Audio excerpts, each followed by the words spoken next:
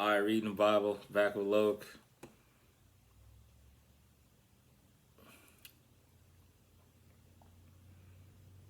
Um, 32, Job. So these three men ceased answering Job because he was righteous in his own eyes and could not be persuaded otherwise by them. But Eliu, yeah, that, the son of Barachel, the Buzite, became indignant. His indignation was kindled and burned, and he became upset with Job because he justified himself rather than God, and even expressed doubts about God's characters. Who cares? Yeah. Like do you really know what this guy's going through? But all right, we're gonna push forward. Elihu anger burned against Job's three friends because they had found no answer and were unable to determine Job's error. And yet they had condemned Job and declared him to be in the wrong and responsible for his own afflictions. Now, Elihu had waited to speak to Job because the others were older than he. And when Elihu saw that there was no answer in the mouths of these three men, he burned with anger.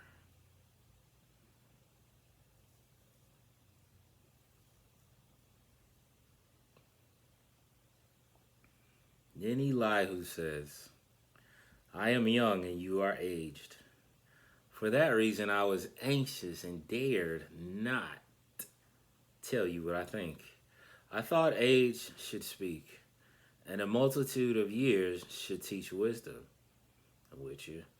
But there is a vital force in the spirit of intelligence in man, and the breath of the Almighty gives them understanding. Those who are abundant in years may not always be wise, nor may their elders understand justice. Therefore, I say, listen to me. I will give you my opinion about Job's situation and tell you plainly what I think. I think I'd like to hear that more than,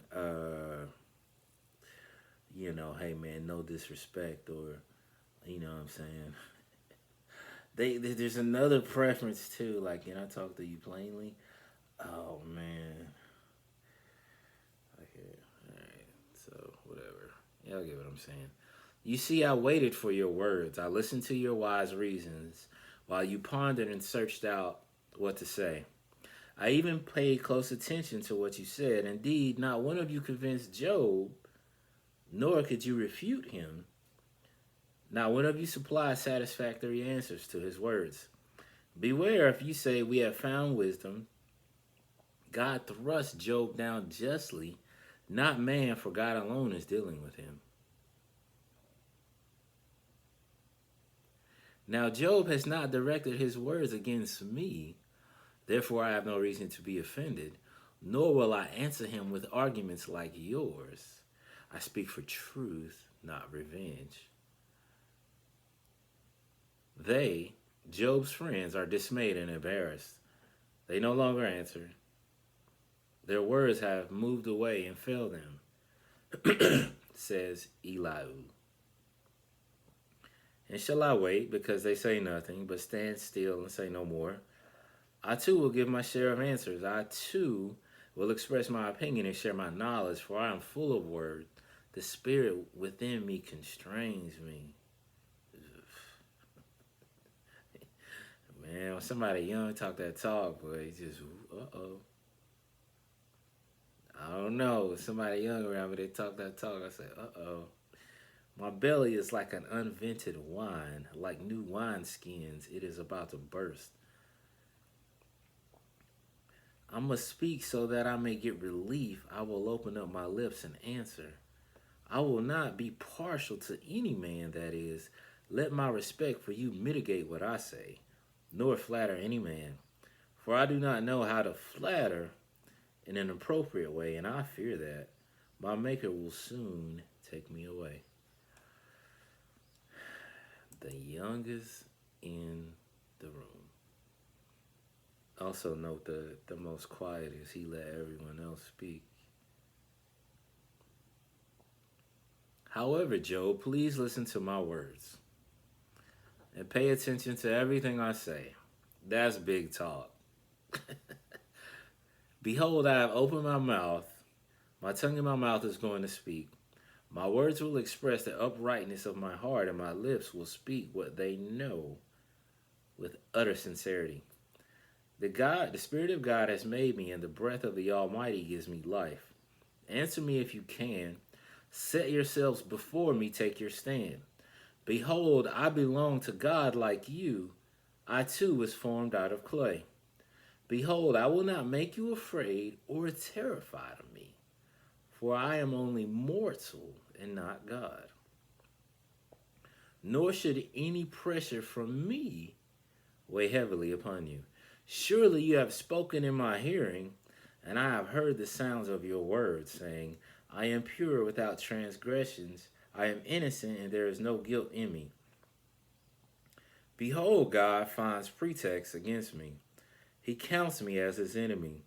He puts my feet in the stocks to hinder and humiliate me. He suspiciously watches all my paths, you say. Look, let me answer you. In this you are not right or just, for God is greater and far superior to man. Why do you complain against him, that he does not answer you with all his doings? For God speaks once and even twice, yet no one notices it, including you, Job. In a dream and a vision, one may hear God's voice. And I'll apologize because I've had some dreams and some visions here recently that I'm not in agreement with, and one of them, I mean, it was like twice.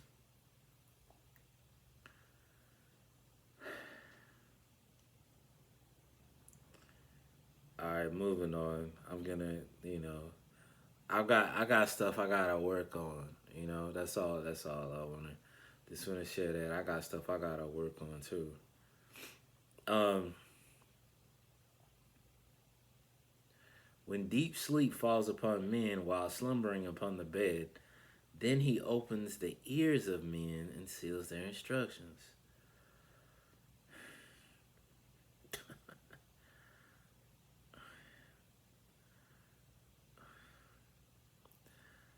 I mean, it's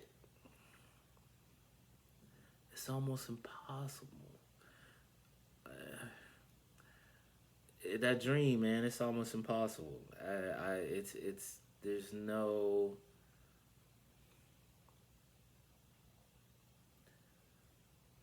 Let me read this again for myself. For God speaks once and even twice, and yet no one notices it. In a dream, a vision of the night, one may hear God's voice.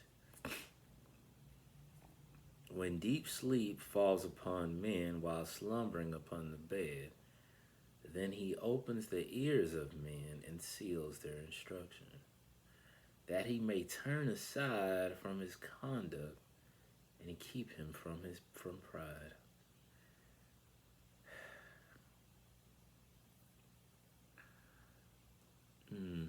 I don't know if some of you guys out there like that. You done had one dream, two dreams, very similar, and you like, nah, it's just a dream.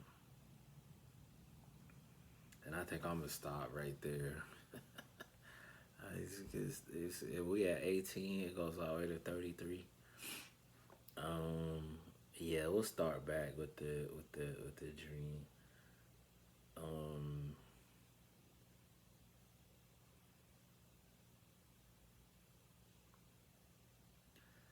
this is the young dude talking. This the youngest one.